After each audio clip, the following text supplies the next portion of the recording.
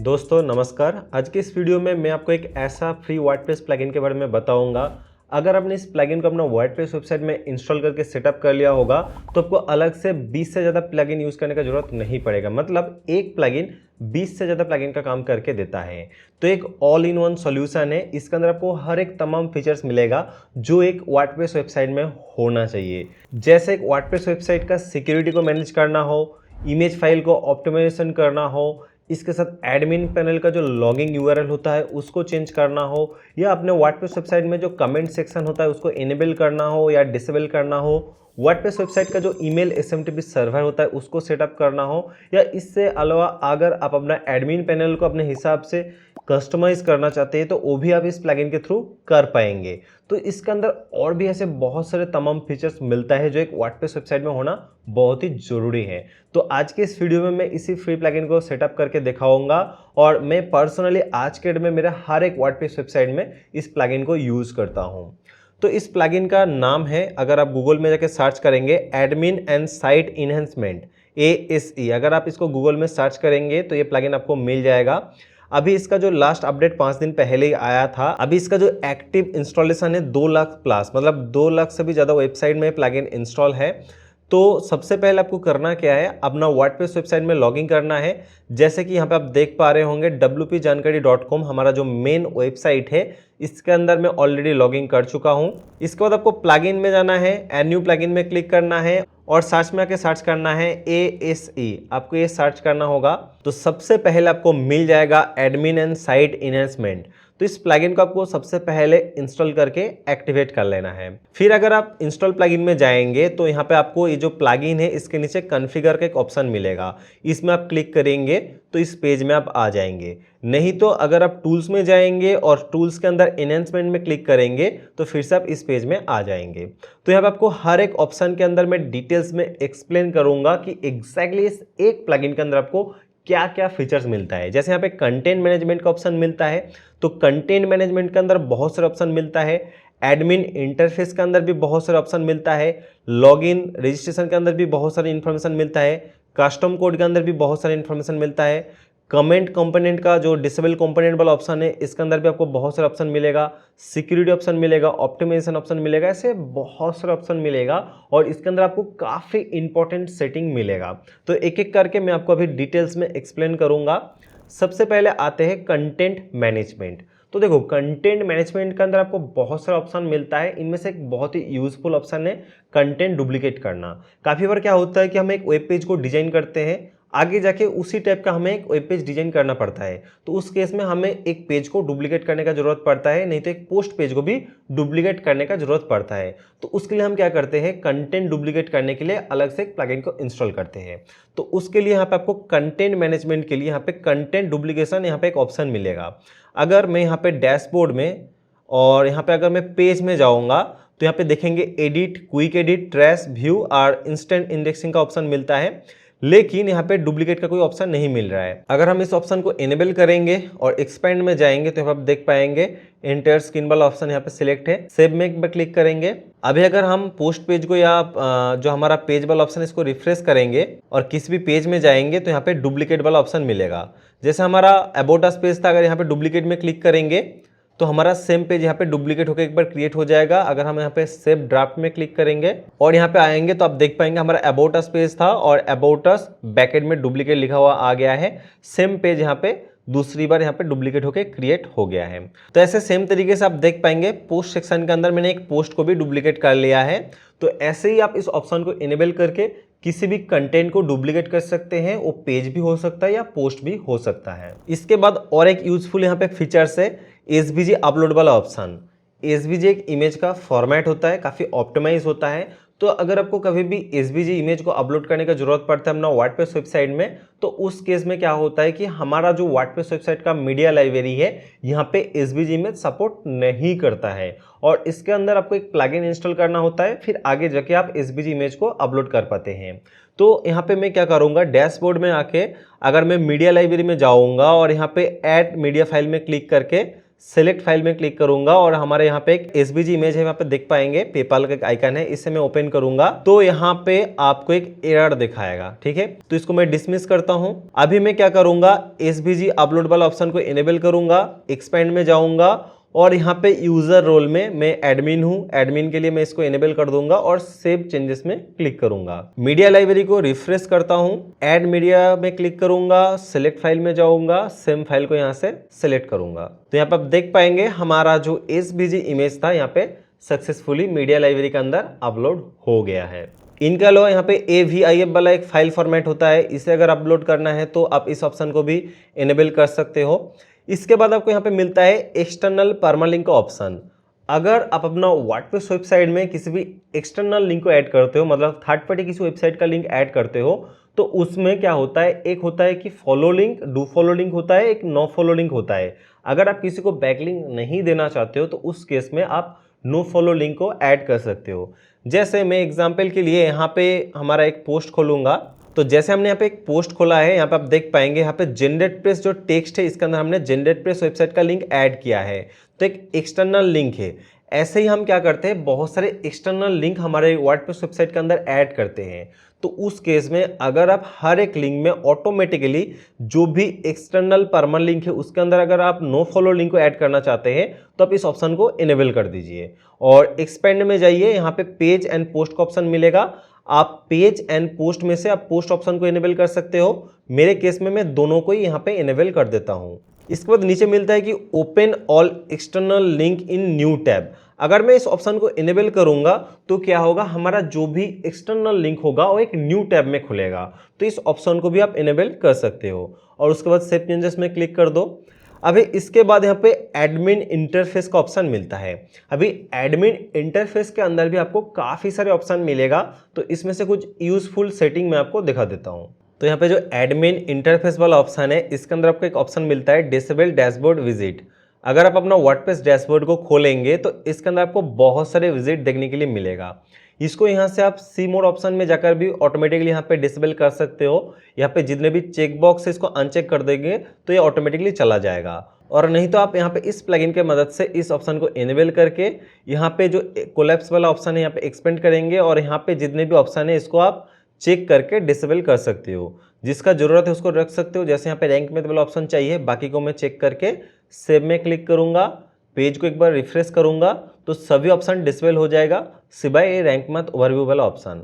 तो ऐसे सेम तरीके से आप डैशबोर्ड का जितने भी विजिट है इसको आप डिसेबल कर सकते हो।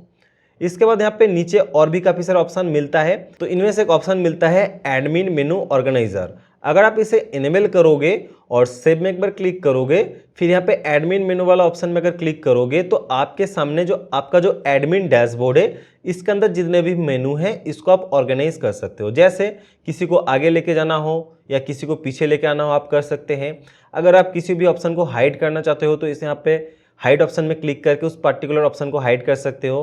ठीक है ना, जैसे यहाँ पे कॉन्टैक्ट वाला ऑप्शन है, अगर मैं इसको हाइड में क्लिक करके सेव में क्लिक करूँगा और पेज को रिफ्रेश करूंगा तो यहाँ पे जो कॉन्टैक्ट वाला ऑप्शन था यहाँ से हट गया है। अभी अगर इसको अनचेक करके सेव में क्लिक करेंगे, पेज को रिफ्रेश करेंगे तो यहाँ पे आप देख पाएंगे कॉन्टैक्ट वाला ऑप्शन कमेंट के नीचे आ गया है। ऐसे ही सेम तरीके से आप एडमिन पैनल के अंदर बहुत सारे ऑप्शन मिलता है, इनमें से कुछ ऑप्शन को हाइड करना चाहते हो तो आप कर पाओगे।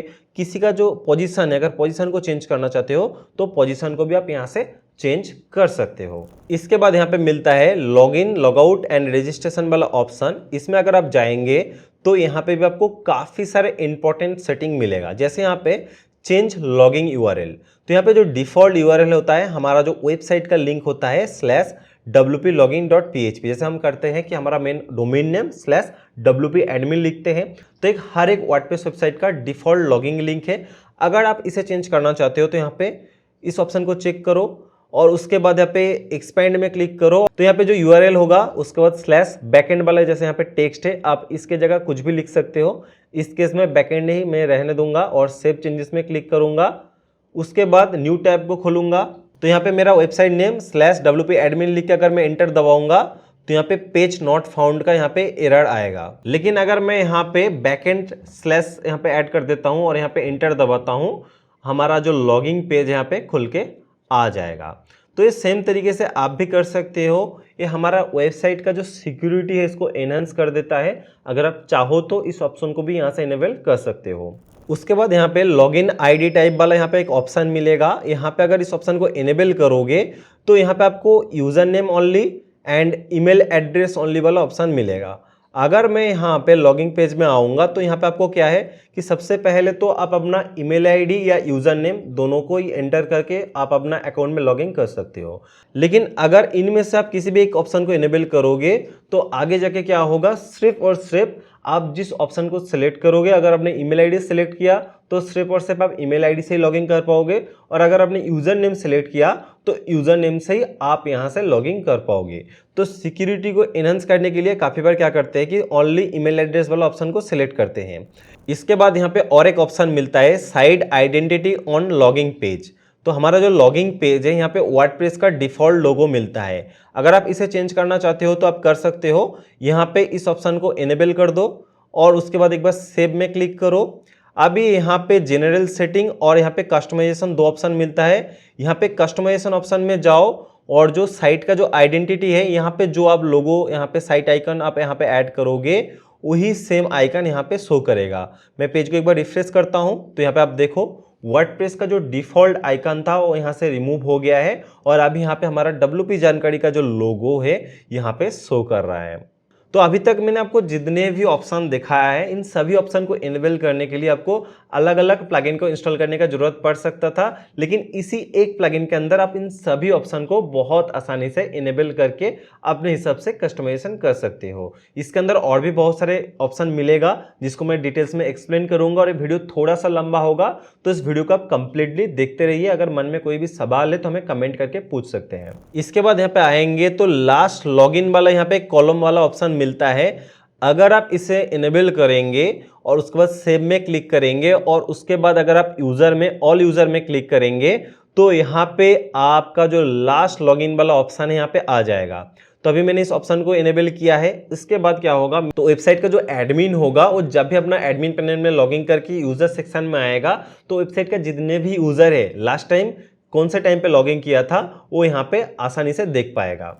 रजिस्ट्रेशन डेट कॉलम मिलता है। अगर आप इसे इनेबल करेंगे और उसके बाद सेव में क्लिक करेंगे फिर अगर आप यूज़र में जाएंगे तो यहाँ पे आपको दिखाएगा कौन से डेट में कौन से यूज़र ने रजिस्ट्रेशन किया था। जैसे यहाँ पे मेरा यहाँ पे डेट दिखा रहा है और इसके साथ साथ टाइम भी दिखा रहा है। तो एग्जैक्टली आपके वेबसाइट में भी वही सेम ऑप्शन यहाँ पे इनेबल हो जाएगा।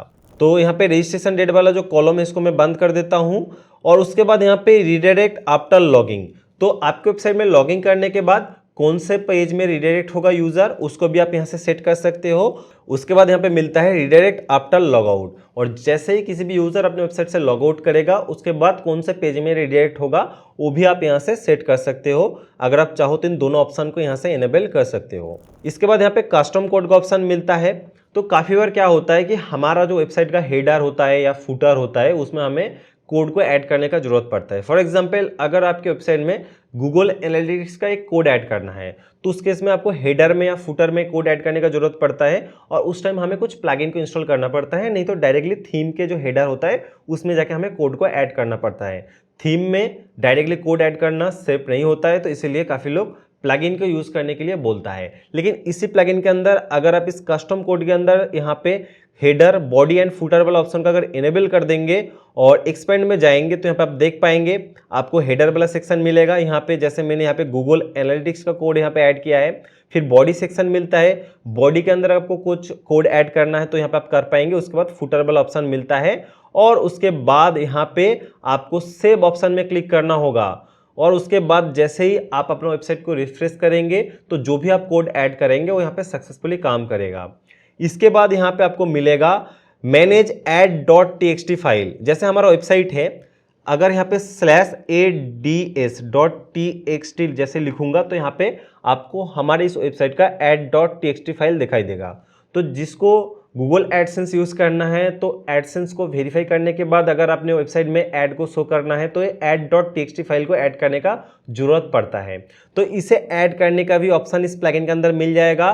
अगर आप इस ऑप्शन को यहाँ से इनेबल कर देंगे और एक्सपेंड में जाएंगे तो यहाँ पे आके आप बहुत ही आसानी से add.txt फाइल का जो कोड है यहाँ पे ऐड करके जैसे ही सेव में क्लिक करेंगे और उसके बाद आपका जो डोमेन नेम है /add.txt जैसे ही लिखेंगे तो आपका जो add.txt का जो कोड था यहाँ पे शो करेगा। उसके बाद यहाँ पे आपको और एक ऑप्शन मिलेगा मैनेज robot.txt फाइल। तो robot.txt फाइल के अंदर भी कुछ ऑप्शन होता है जो एसईओ के लिए इंपॉर्टेंट होता है। इसको मैं इस वीडियो में तो डिटेल्स में नहीं बताऊंगा, जिसको पता है अगर उसको इसके अंदर कुछ चेंजेस करना है तो इस ऑप्शन को यहाँ से इनेबल करके उसको चेंज भी कर सकता है। फिलहाल मैं इसको डिसेबल करके सेव चेंजेस में क्लिक कर दूंगा। तो डिसेबल कंपोनेंट में अगर आप जाएंगे तो यहाँ पे आप अपने वेबसाइट के अंदर जो भी कंपोनेंट है उसको आप डिसेबल कर सकते हैं। जैसे यहाँ पे आप देख पाएंगे सबसे पहले डिसेबल गुटेनबर्ग वाला ऑप्शन मिलेगा। तो एक गुटेनबर्ग जो एडिटर होता है, न्यू वर्डप्रेस का एडिटर है, लोग इसके साथ काफ़ी बार फ्रेंडली नहीं होता है तो उसको क्लासिक एडिटर चाहिए होता है। तो इसके लिए काफ़ी बार क्लासिक एडिटर प्लगइन को इंस्टॉल करने का जरूरत पड़ता है, लेकिन आपसे करने का जरूरत नहीं पड़ेगा। अगर आपने इस प्लगइन को इंस्टॉल किया और इस ऑप्शन का अगर आपने इनेबल किया तो आपके वेबसाइट के अंदर ऑटोमेटिकली क्लासिक एडिटर वाला जो एडिटर है यहाँ से इनेबल हो जाएगा। अगर मैं यहाँ पे पोस्ट में जाऊँगा और जैसे आप किसी भी पोस्ट में मैं एडिट में क्लिक करता हूँ और यहाँ पे आप देख पाएंगे हमारा जो पोस्ट है यहाँ पे शो कर रहा है। तो यहाँ पे गुटेनबर्ग वाला जो एडिटर है यहाँ पे शो कर रहा है। अभी मैं क्या करूँगा, इस ऑप्शन को यहाँ से इनेबल करूँगा, मतलब गुटेनबर्ग को डिसेबल करूँगा, एक्सपेंड में जाऊँगा और अभी पोस्ट ऑप्शन को मैं जस्ट इनेबल करता हूँ, सेव चेंजेस में क्लिक करूँगा। अभी पेज को रिफ्रेश करूँगा, रिलोड होता है तो यहाँ पर आप देख पाएंगे जो वर्डप्रेस का क्लासिक एडिटर है यहाँ पे ऑटोमेटिकली आ गया है। तो बिना क्लासिक एडिटर प्लगइन को इंस्टॉल करके आप जस्ट इस सेटिंग को इनेबल करके आप इस ऑप्शन को इनेबल कर सकते हो। फिलहाल मैं इसको डिसेबल करके इसको बंद कर देता हूँ और उसके बाद यहाँ पे आपको मिलता है डिसेबल कमेंट्स। तो हमारा जो वर्डप्रेस का पोस्ट होता है, जैसे यहाँ पे एक पोस्ट देखने के लिए मिलेगा तो इसके अंदर आपको एक कमेंट सेक्शन मिलता है।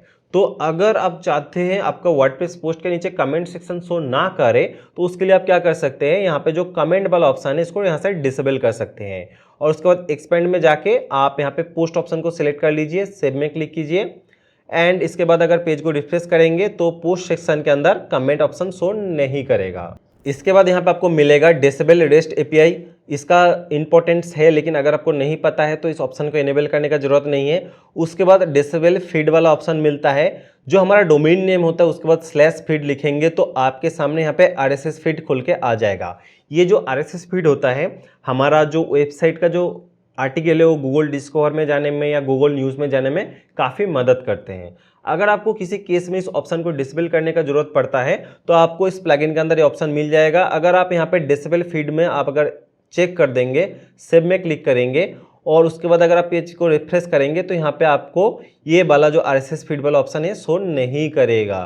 तो मैं अभी इसको डिसेबल नहीं करूँगा, इसको इनेबल ही रखूँगा और यहाँ से आकर आप जस्ट एक क्लिक के अंदर आपके वेबसाइट के अंदर जितने भी थीम एंड प्लगइन है उसका जो ऑटो अपडेट है उसको यहाँ से आकर आप डिसेबल कर सकते हैं। उसके बाद यहाँ पे आपको मिलता है सिक्योरिटी वाला ऑप्शन।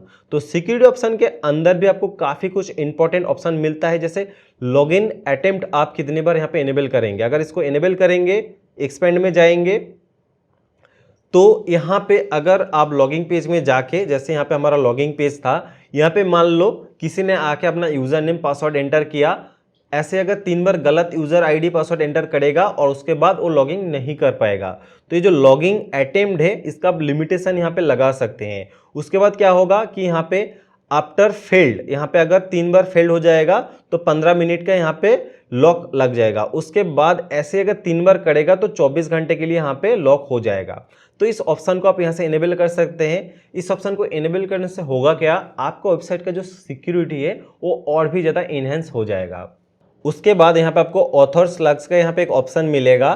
तो ये ऑथर स्लग्स क्या होता है मैं आपको दिखाता हूँ। अगर किसी भी पोस्ट को खोलूँगा और ऑथर प्रोफाइल को यहाँ से खोलूँगा तो हमारा जो ऑथर का जो स्लग यहाँ पे देख पाएंगे, हमारा वेबसाइट नेम /author और / यहाँ पे उसका यूज़र नेम शो करता है। तो ऑथर प्रोफाइल पेज में ऐसे यूज़र नेम जो शो होता है, इससे हमारा यूज़र नेम रिवील हो जाता है परमालिंक के अंदर। तो अगर आप इस ऑप्शन को इनेबल करेंगे और उसके बाद सेव में क्लिक करेंगे, उसके बाद यहाँ पे ऑथर प्रोफाइल को खोलिए तो यहाँ पे आप देख पाएंगे ऑथर के बाद यहाँ पे एक यूनिक कोड आ गया है। मतलब ये जो हमारा ऑथर स्लग है यहाँ पे यूज़र नेम हाइड हो गया है। तो ऐसे आप इस ऑप्शन को इनेबल करके आप अपना वेबसाइट का सिक्योरिटी को एनहेंस कर सकते हो। इसके साथ साथ यहाँ पे आपको ऑप्टिमाइजेशन का ऑप्शन मिलता है। यहाँ पे आप इमेज अपलोड कंट्रोल को इनेबल करके एक्सपेंड में जाके आप मैक्सिमम कितने साइज का इमेज आप यहाँ पे अपलोड करना चाहते हो वो यहाँ पे आप सेट कर सकते हो। मतलब जो आपका इमेज यहाँ पे अपलोड होगा वो ऑटोमेटिकली इस डिफॉल्ट साइज में क्रॉप हो जाएगा। तो यहाँ पे जो डिफॉल्ट साइज है 1920 है, इसके जगह मैं क्या कर सकता हूँ 1200 जो गूगल डिस्कवर का डिफॉल्ट साइज होता है वो मैं यहाँ पे ऐड करके सेव चेंजेस में क्लिक करूंगा। तो क्या होगा, मैं जो भी इमेज अपलोड करूंगा अगर वो 1200 पिक्सल से ज़्यादा साइज का है तो ऑटोमेटिकली क्रॉप हो जाएगा। रिवीजन कंट्रोल वाला जो ऑप्शन होता है ये क्या होता है मैं आपको दिखाता हूँ। अगर आप अपने डैशबोर्ड में जाएंगे, पोस्ट में जाएंगे और यहाँ पे अगर आप एडिट में क्लिक करेंगे, उसके बाद अगर आप पोस्ट सेक्शन के अंदर यहाँ पे नीचे आएंगे तो ऑथर के नीचे यहाँ पे रिवीजन दिखाएगा। अब यहाँ पे 6 लिखा दिखा रहा है, यहाँ पे 6 में अगर क्लिक करूंगा तो हमारा जो पोस्ट है जिसको मैंने पहले क्या लिखा था फिर उसको कैसे अपडेट किया था, मतलब हमारा जितनी बार एक पोस्ट को हम रिवीजन करेंगे उसका डेटा यहाँ पे स्टोर हो जाएगा। इससे क्या होता है हमारा जो डेटाबेस होता है वो हैवी हो जाता है। तो हमें कितना नंबर ऑफ पोस्ट रिवीजन चाहिए, क्योंकि ज़्यादा रिकॉर्ड रखने का काफ़ी बार जरूरत नहीं पड़ता है, तो उसको आप यहाँ से आकर सेट कर सकते हो। यहाँ पे जो पोस्ट रिवीजन कंट्रोल है इसको अगर इनेबल करेंगे, एक्सपेंड में जाएंगे तो लिमिट में यहाँ पे 10 है, 10 के जगह मैं यहाँ पे 3 कर देता हूँ, 5 से ज़्यादा नहीं रखना चाहता हूँ या 3। उसके बाद यहाँ पे पोस्ट और पेज ऑप्शन को यहाँ पे इनेबल करके सेव चेंजेस में क्लिक करूँगा। तो जैसे ही यहाँ पे आप लिमिटेशन सेट कर देंगे पोस्ट पेज में, तो यहाँ पे होगा क्या, अगली बार से जब भी आप पोस्ट को पब्लिश करेंगे तो वहाँ पे ऑटोमेटिकली 3 से ज़्यादा पोस्ट रिवीजन सेव नहीं होगा। इससे आपका जो डेटाबेस का साइज है काफ़ी कम हो जाएगा और अपना वेबसाइट का जो कॉस्ट है, मतलब सर्वर का जो कॉस्ट है वो भी कम हो जाएगा। इसके बाद यहाँ पे जो लास्ट वाला ऑप्शन है इसके अंदर आपको ईमेल डिलीवरी का ऑप्शन मिलता है। अगर आप इसे इनेबल करेंगे और एक्सपेंड में क्लिक करेंगे तो यहाँ पे आप देख पाएंगे मैंने ऑलरेडी यहाँ पे एक ईमेल SMTP को सेटअप किया है। यहाँ पे आप अपना सेंडर नेम सेट कर सकते हैं, ईमेल एड्रेस सेट कर सकते हैं, फिर आपका जो SMTP सर्वर है उसका क्रेडेंशियल है जैसे host name, port and security और यूज़र नेम एंड पासवर्ड, और उसके बाद टेस्टिंग के लिए यहाँ पे अपना ईमेल आईडी ऐड करके आप एक टेस्ट ईमेल को भी सेंड कर सकते हैं। तो यहाँ पे मैंने इन सभी सेटिंग को सेव करने के बाद जैसे ही यहाँ पे मेरा एक ईमेल आईडी एंटर करके सेंड नाउ में क्लिक किया तो हमारा जो टेस्ट ईमेल है यहाँ पे सेंड हो गया है सक्सेसफुली, आप देख पाएंगे।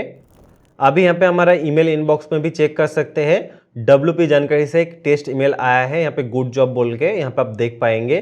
तो हमने सक्सेसफुली यहाँ पे एक SMTP को भी सेटअप कर लिया है। इसके बाद और नीचे आएंगे तो यहाँ पे आपको 404 का जो रिडायरेक्शन है इसका भी एक ऑप्शन मिलेगा।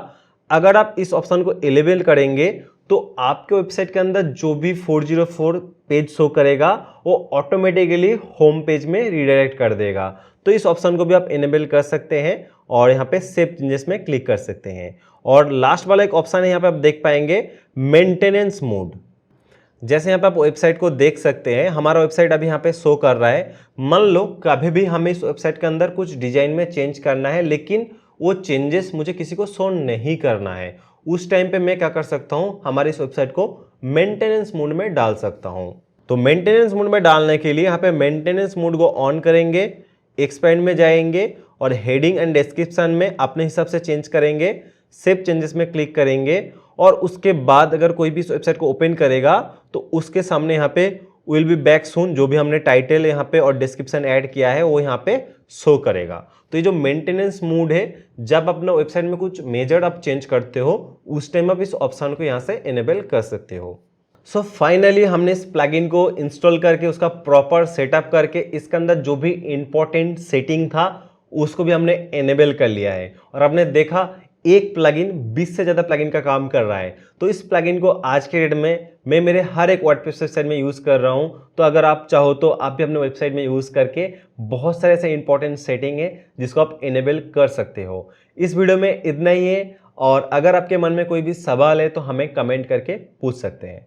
और इस वीडियो को ख़त्म करने से पहले मैं हमारा वेबसाइट WP Lite थीम के बारे में बताना चाहता हूँ। ये जो wplighttheme.com है इसके अंदर आपको जेनरेट का बहुत सारे रेडीमेड टेम्पलेट मिल जाएगा।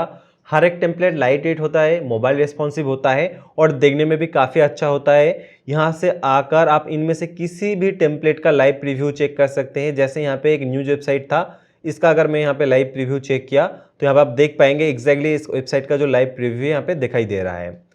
तो यहाँ पे लिस्टेड हर एक टेम्पलेट को आप परचेस कर सकते हो और नीचे दिया गया कूपन कोड को अगर आप यूज़ करोगे तो आपको इंस्टेंटली 15% का डिस्काउंट मिल जाएगा। इस वीडियो में इतना ही है, फिर मिलते हैं एक नए वीडियो के साथ। धन्यवाद।